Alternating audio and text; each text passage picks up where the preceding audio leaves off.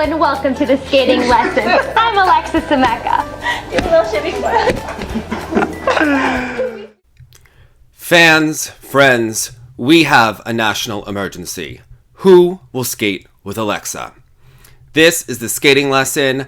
If you are new here, please subscribe below and smash that like button because we are on a hunt for a partner for Alexa Semeka Knierim. Well, if you are new to the skating lesson, or you've been wondering who is that blonde girl at the beginning of the intro to the skating lesson, let me tell you, we are fans of Alexa Semeka Knierim. Not everyone has always loved the Knierims, but at the skating lesson, we have a particular fondness for them. I mean, what's not to love? The girl, she's dramatic, you know what she's thinking, she is spirited, you do not know if they are going to land their jumps. There are times that we love her. There are times that she is mouthy on Twitter. There are times that Chris even gets mouthy on Twitter. There are times that we are in agreement. There are times that she is pumping her fists. There are times that she is giving serious attitude in the kiss and cry. And we love all of it here at the skating lesson. I mean, they really keep us guessing. They have an endless fascination of the ups and downs in their lives and their careers with their pets and their giant dogs and her cats. You know, she is a cat person who really seems to be quite of a dog person as well. Well, it did come out earlier this week that Chris Knierim is no longer going to compete in figure skating. There had been rumblings since the Four Continents and their practice sessions at that event, as well as their withdrawal after the short program, that they would not be competing at the World Figure Skating Championships, and Jessica Kellelang and Brian Johnson would be replacing them. Of course, that's if there are a World Figure Skating Championships, because with the coronavirus, who knows what is going to happen. I do not think that, you know, we are going to have an event where we're not going to allow the strongest skaters from Asia and Italy to appear. I mean, what are we going to start awarding gold medals in pairs to the United States? I don't think so. So, you know, get your masks and you know, hold on to the edge of your seat. But until then, we are on a hunt for a partner for Alexa Semeka Knierim.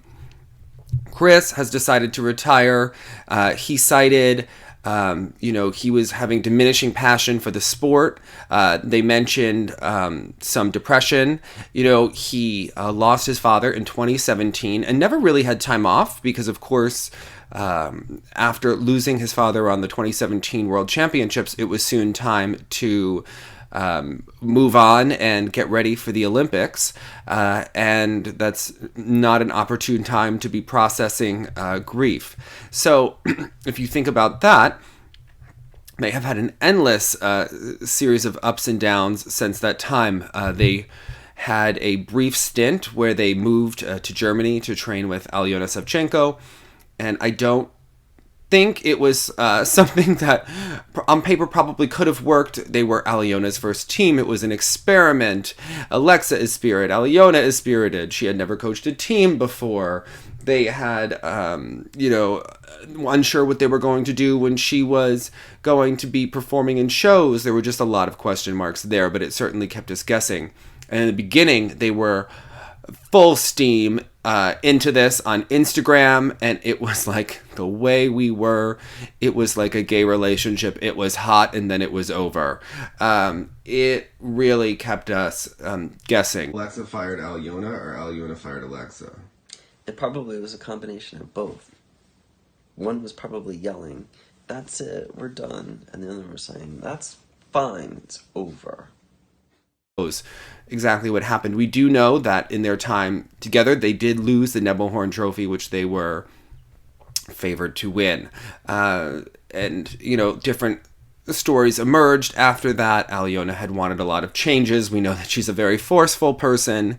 They hadn't had the usual number of run-throughs and training to get ready for the event. They had a delayed start due to moving and, you know, availability. And we saw that they weren't, you know, not at their usual readiness level that fall.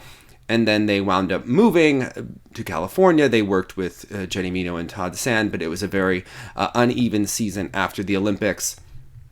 This year, we actually saw them in person, and they had been working on their jumps with Raphael. And Alexa had seemed just really in it. On a personal level, she came over to me and Jonathan, probably not her favorite person to have to see when she's debuting her programs, and she came up to us and was talking, and we could tell that this girl was in it. She was ready to compete again, and Chris seemed a little bit more withdrawn, I think all season. He has had wrist problems on both of his wrists. He has had a shoulder issue. He has had knee problems. And remember, he broke his leg before the Olympics. He had to get 9 screws in his foot. I mean, there has been a lot happening, and that was in 2013 before the 2014 Olympics, which is why they didn't qualify for those Olympic Games. Remember, they had rushed back onto the ice, as they were certainly favored to make the 2014 Olympics. So if you think about it, in many ways, 2018 was almost his second, what should have been his second Olympic Games. So it has been, a long road for Chris. I don't think it's a shock necessarily that he is not going to skate. I think this is something that has been discussed around figure skating kitchen tables for a long time. Will Chris keep competing? Should Alexa skate with someone else? Would she skate with someone else? This has been, discussed and speculated about for quite some time. And as we see, Chris is certainly going to be involved with Alexa's training. They have been already coaching numerous skaters we see on Instagram. A friend to TSL actually is getting an adult skating program with Alexa and Chris's music experience by a naughty. So it is certainly likely that we will not see the last of Chris Knierim. He will likely be a big part of the coaching team with Alexa and the peacemaker, as he was always the calm one in that duo.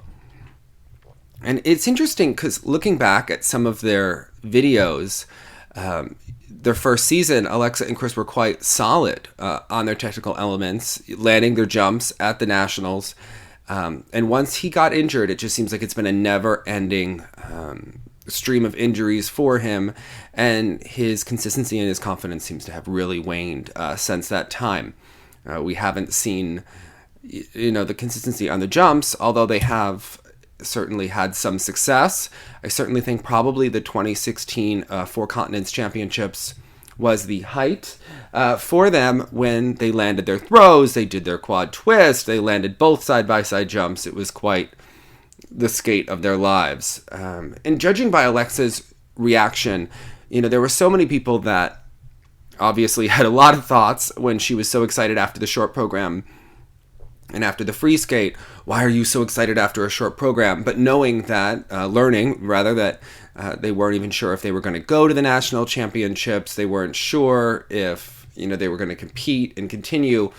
It certainly puts things into perspective and makes so much more sense about what was going on. So knowing that, we do have a lot of options on the table for Alexa. Mitch Moyer is the person who oversees the situation with all skaters, and Kyoko Ina works with him on pairs.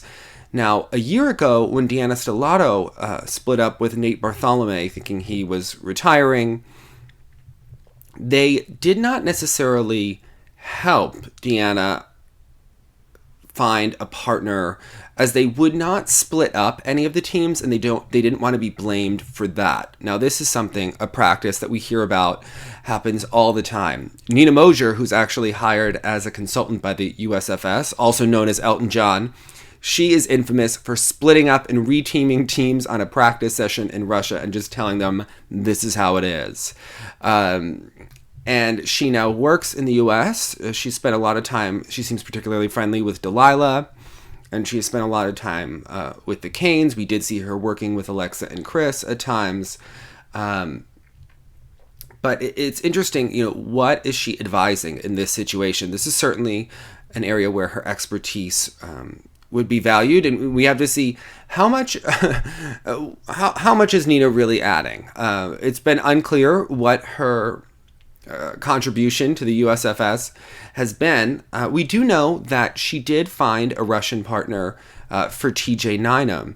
And she has talked up TJ in the Russian press. She was recently comparing him to Maxim Trankov in a recent article.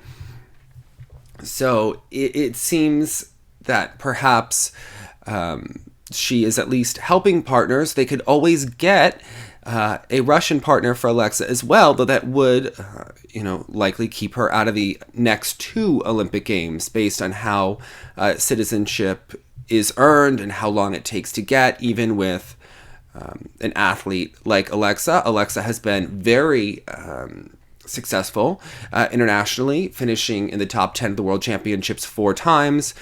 She was 15th at the Worlds in 2018, 15th at the Olympics as well. She and Chris were a part of that bronze medal winning team at the Olympic Games. But you have to put it into perspective that ice dancers have had issues getting citizenship. If she were a medalist, it would likely be slightly easier, but it's still an unknown and a risk taking a partner. Now, it would certainly not be really a risk internationally. There are many more skaters from other countries that could somehow be available. Ksenia Stolbova recently stopped skating. She has a Russian partner, and if that partner could put up with Ksenia Stolbova, I am sure that he could put up with Alexa. She is nothing compared to Ksenia Stolbova. So that is Andrei Novoselav. I mean, he is an option here. I'm sure that Nina will definitely be looking at partners and suggesting partners. There's also the coaching situation that comes into play here. I would certainly think that a Russian is a possibility. Given Nina, given availability of spare men.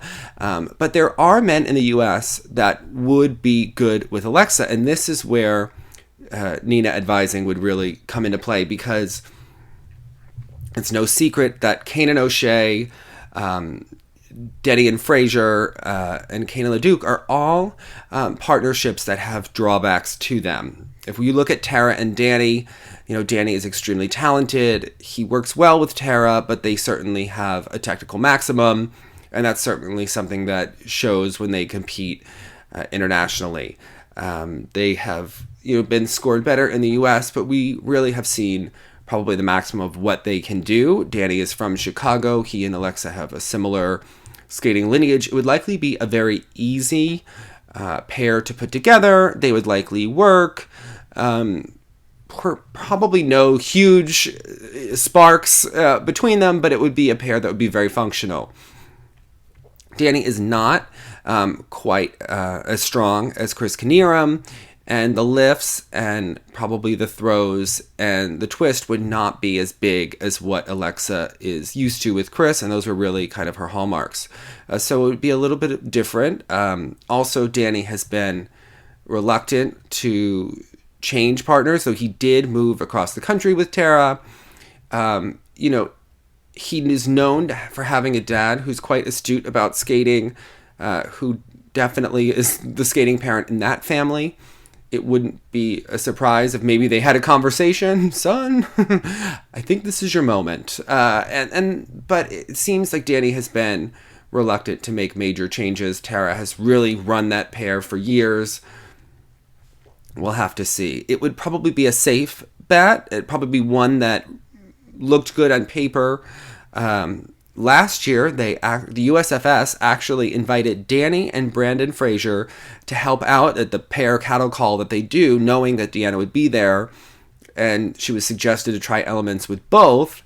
Of course, they didn't invite Danny or Brandon's partners. Both men have been romantically linked to their partners on and off over the years.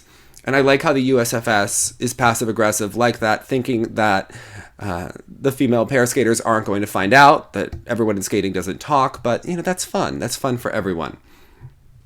Now, Brandon Fraser is physically big like an ox, like Chris Knierim. That would be an easier person to plug into the Chris role.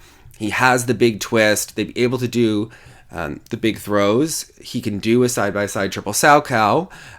He could likely do a triple toe. Haven, basically has one knee. We have seen her under-rotate double axels and cheat them for years. It would be a easy partnership, except for the fact that he and Haven are dating. It seems perhaps unlikely that he would do that unless he was really advised that this is his moment in his career. It's hard to know how smart the U.S. pair boys are. You know, Alexa is a talent. Her skating skills have definitely improved. It was something that even Kurt Browning was commenting on the Olympics. But if you watch in the last 2 years since moving to LA, they've been taking Rafael Artunian's skating skills class every day, his edge class. They also work with Ekaterina Gordieva, and working with Jenni and Todd. Just their overall skating skills and their flow have really improved over the last 2 years. I would think that Brandon would definitely be a possibility if the USFS intervened. I don't think that he's someone that would have the foresight to call Alexa on his own. Now, the one person who probably would call Alexa is Tim LeDuc if he thought that it was a possibility. Tim LeDuc was skating with Dee Dee Lang, and at that time he was hell-bent on skating with Marissa Castelli, and he ended his partnership in the hope of having that tryout. Marissa, of course, wound up going with Mervyn Tran. Tim LeDuc tried to re-get with his partnership. Then he was, skating on the cruise ship for a while when Dee Dee was with Simon Schnapier. And Tim LeDuc is certainly ambitious. When I first met Tim, he used to tell me that he was going to go to the Olympics with Dee Dee. But he is in a successful partnership with Ashley Kane, although they were only fourth at the U.S. Nationals and they struggled all season. The Federation does like them enough to send them to the World Championships despite not having a great Nationals. So in that token, he's probably getting advice from many people that the Knierim split up.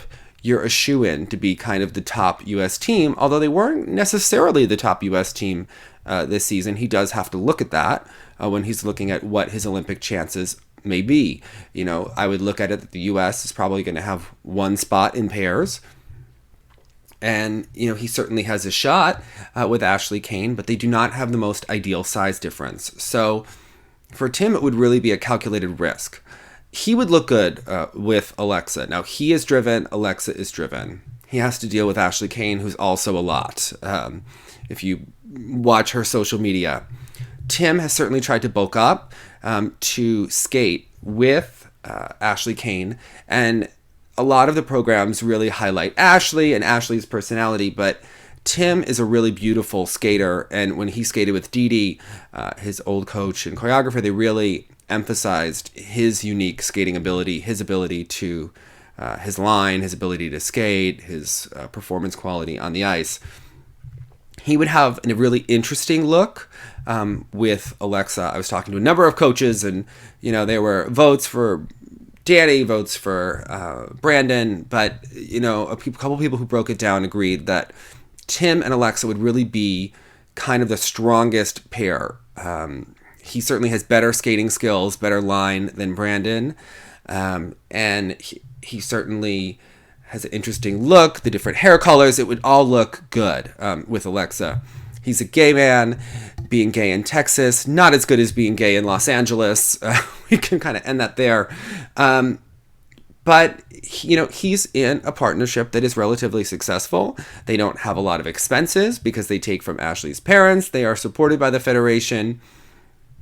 So it really comes down to, does Tim want to make the Olympics, or does he want to make the Olympics and excel? And if Tim still has that fire in his belly, I think that's the only way that we would see him call Alexa, because Mitch Moyer would certainly be in a panic over Kane and LeDuc splitting up if he was going to then go with Alexa. But I think the USFS would understand it, and politically they would look so good together that people would get on board with it relatively quickly.